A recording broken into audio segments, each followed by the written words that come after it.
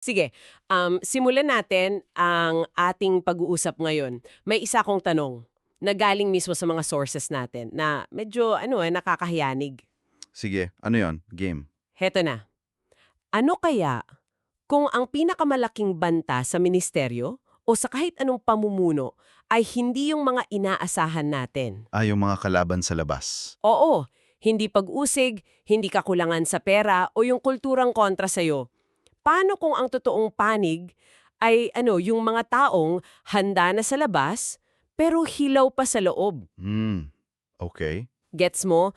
Paano kung ang pinakadelikadong leader ay hindi yung walang alam, kundi yung sumikat ng masyadong maaga?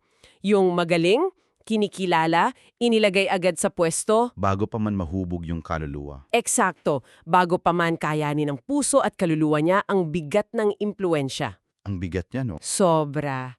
Kaya sa ating pag-uusap ngayon, hihimayin natin yang ideya na yan. Isang ideya na parang salungat sa lahat ng sinasabi ng mundo nating laging nagmamadali. Ang gabay natin, mga sipi mula sa librong How God Prepares His Servants in Hidden Faithfulness. Magandang source yan. Oo. Ang misyon natin, subukang unawain kung bakit ang paghahanda ng Diyos ay madalas nangyayari sa lihim, malayo sa entablado, at ano ang ibig sabihin nito para sa iyo, lalo na kung may nararamdaman kang calling. Okay, himayin natin ito. Sige, let's go! So para mailatag natin ang problema, tingnan muna natin yung kulturang na yon. Sabi nga, sa source, ang mundo natin nagbibigay ng premyo sa bilis Oo, sa pagiging sikat. at sa mga resultang nakikita at nasusukat agad. At ang nakakalungkot, parang pumasok na rin yan sa kultura ng simbahan. Talaga? Parang apektado lahat? Ang resulta, nagkakaroon ng mga mapanganib na pag-aakala. Halimbawa, dahil may oportunidad na bumukas, akala mo yun na agad ang calling mo. Opportunity equals calling. Oo. O kaya dahil may matindi kang passion, akala mo handa ka na.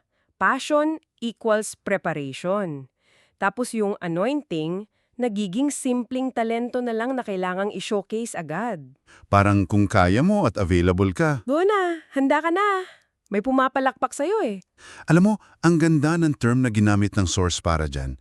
Ang tawag niya, formation failure. Wow. Formation failure. Oo. Ito raw yung krisis kung saan nauuna yung pampublikong ministeryo kaysa sa pribadong paghubog ng pagkatao. Parang nagtayo kanyang building na walang pundasyon. Eksakto, parang 10 palapag na gusali sa pundasyon na pang isang palapag lang. Sa una, mukhang okay, di ba? Mukhang matatag.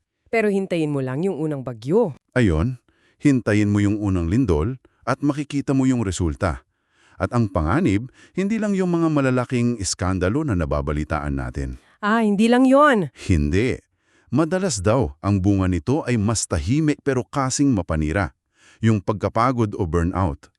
Oo. Ramdam yan ng marami. Yung pagiging sinikal na parang wala nang tama sa mundo. At yung dahan-dahang pag-anod palayo sa Diyos. Ang sabi pa nga, ang mga sistema sa ministeryo ay mas mabilis na umunlad kaysa sa kaluluwa ng mga lider. Wow! Systems outpacing souls ang bigat niyan. At dito ngayon, papasok yung pinaka-mind-blowing na bahagi para sa akin sa librong ito. Sige, ano yun? Isang pangungusap lang na bumabangga sa lahat ng nakasanayan natin. Sabi rito, hindi inihahanda ng Diyos ang kanyang mga lingkod sa entablado. Inihahanda niya sila sa lihim. Grabe. Baliktad sa lahat. Baliktad sa lahat, di ba? At kapag sinimulan mong tingnan ng Biblia gamit yung lenteng yan, biglang nagiging malinaw ang lahat. Sunod-sunod ang mga halimbawa. Sige. Unahin natin si Moses. Noong una, sinubukan niyang palayain ng Israel gamit ang sarili niyang galing. Diba? Sariling impluensya. Yung pagiging prinsipe niya sa Ehipto.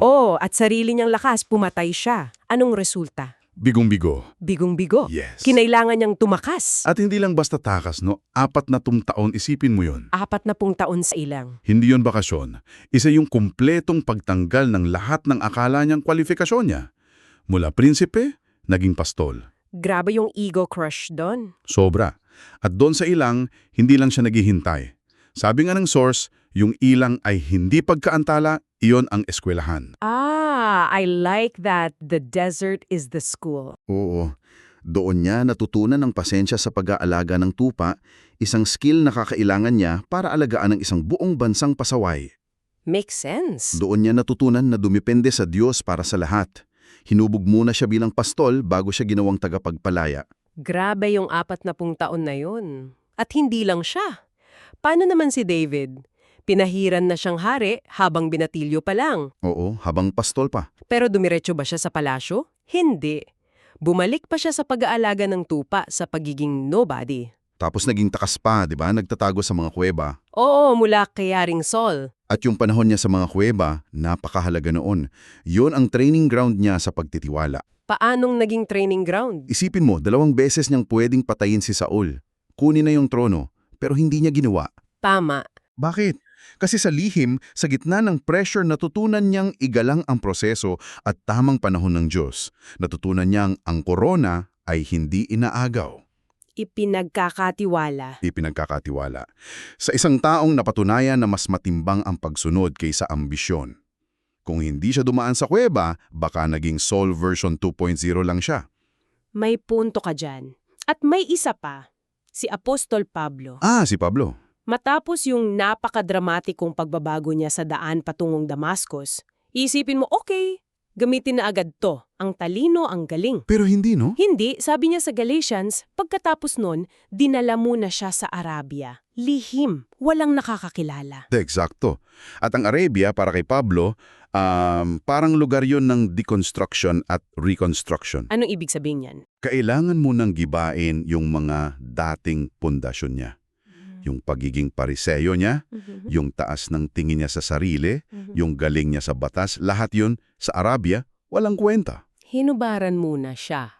Hinubaran muna siya ng lahat ng dati niyang credentials. Exact. Para ang matira na lang ay ang biyaya ng Diyos. Doon niya natutunan na ang otoridad niya ay hindi galing sa resume niya. Kundi sa revelasyon at pagpapakumbaba. Tama. At kung pagsasama-samahin natin ang lahat ng ito, binabalik tayo ng source sa pinakamatinding halimbawa sa lahat, si Jesus mismo. Si Jesus, 30 taon ng tahimik na pamumuhay para lang sa 3 taon ng pampublikong ministeryo. 30 para sa 3. Oo. Sabi ng may akda, yung ratio na yon, 10 taon ng paghahanda para sa bawat isang taon ng performance, dapat magpatigil yun sa atin para mag-isip. Grabe, kung ang anak ng Diyos nangailangan ng ganoon kahabang paghubog. Sino tayo para isiping exempted tayo, di ba? Kaya tinatawag ito ng source na isang theological necessity. Isang pangangailangan teolohikal. Oo, hindi siya option. Mahalagang bahagi ng proseso. Dahil sa lihim na lugar, doon nalalantad ang mga tunay na motibo. Doon napapatibay ang identity. At doon, ang pagsunod ay nagiging walang kondisyon. Okay, so malinaw na kung gaano kahalaga itong mga hidden years na ito. Pero siguro ang tanong ng marami, para saan ba talaga yon? Ano ba yung nangyayari sa loob natin habang nasa ilang tayo? Magandang tanong. Ano yung curriculum, ika nga? Oo, ano yung mga subjects sa eskwelahan na to? Sige, binigyan tayo ng source ng 4 na pangunahing katangian na hinuhubog ng Diyos sa atin sa mga panahong walang nakakakita. Ang una, isang nakaugat na pagkakakilanlan o rooted identity. Okay, ano yon? Ang ideya ay simple pero malalim. Bago ka magsalita para sa Diyos, dapat alam mo munang kabilang ka sa Kanya. Bago ka gumawa para sa Kanya, dapat panatag ka sa pagiging anak niya. So identity bago activity. Eksakto. Ang pagkakakilanlan na nakaangkla sa pag-ibig ng Diyos, yun yung nagiging kalasag mo laban sa tukso na kumuha ng halaga mula sa palakpak. Teka, parang ang hirap nun sa panahon ngayon ng social media, di ba? Sobra. Kasi parang bawat galam mo, kailangan may mag-validate, may mag-like. Paano lalabanan ng isang leader yung pressure na yon?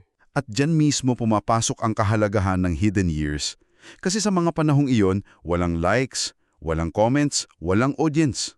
Ikaw lang at ang Diyos. Oo, doon ka napipilitang harapin yung tanong na, kung walang nakakakita, sino ba talaga ako? Mahalaga pa rin ba ako? At kapag nasagot mo yan sa piling niya, doon nagsisimulang lumalim ang ugat mo. Resilient obedience. Pansinin mo yung salitang resilient. Oo, hindi lang basta pagsunod. Ito yung uri ng pagsunod na kayang tiisin ng pressure, pagkabigo, at pagkaantala. Pagsunod kahit walang pumupuri at walang agarang gantimpala, So sumusunod ka hindi dahil sa resulta, kundi dahil sa relasyon. Nagtitiwala ka sa nagsusugo sa'yo kahit hindi mo pa nakikita yung dulo. parang yung pagsunod ni David na hindi patayin si Saul. Walang pumalakpak sa kanya sa loob ng kuweba, baka kinokontra pa siya ng mga tauhan niya. Eksakto. At yung pangatlo ay konektado dyan. Espiritual na pagkilatis. Spiritual discernment. Yung pagkilates. Sa sobrang ingay ng mundo, ingay ng opinyon, ingay ng ambisyon, ingay ng expectations, napakahirap marinig ang tinig ng Diyos.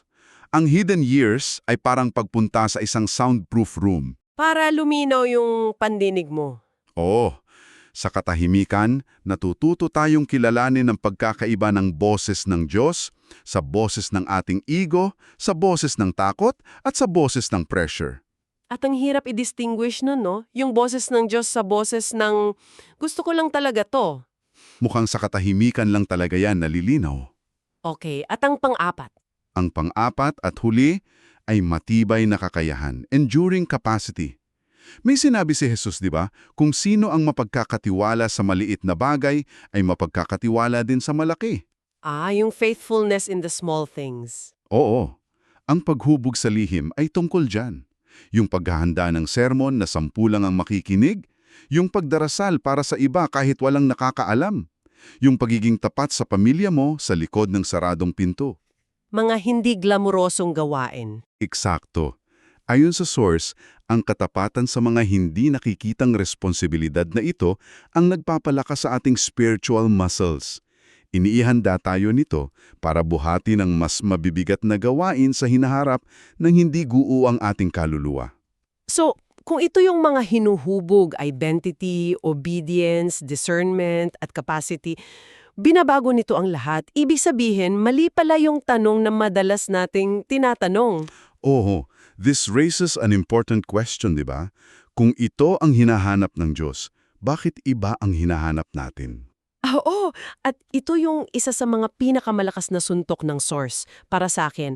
Ang tanong na madalas nating iniisip ay, handa na ba ako? O handa na ba siya? Yan yung common question. Pero ang tanong pala na tinatanong ng Diyos ay hindi yun. Ang tanong niya ay, mapagkakatiwala ka ba? Wow, ang layo. Ang layo, di ba? Kasi ang kahandaan, pwedeng i-fake, pwedeng mag-training, magmukhang handa, pero ang tiwala, hindi yan instant, dahan-dahan niyang hinuhubog. Sa mga panahong walang nakatingin. Oo, kapag ang pagsunod ay naging habit na, at kapag yung panloob na buhay ay inaalagaan ng kasing seryoso ng panlabas. Eksakto. Binabago nito yung buong sistema ng pagsusuri natin. Ang tanong kasi ng mundo ay, gaano ba siya kagaling magsalita? Gaano kalaki ang followers niya? Epektibo ba siya? May resulta bang nakikita? Lahat yan tungkol sa panlabas. Pero ang mga tanong pala ng Biblia ay mas tahimik pero mas mabigat. Sa halip na gaano siya kagaling, ang tanong ay kaya ba niyang manatiling masunurin kahit mahirap?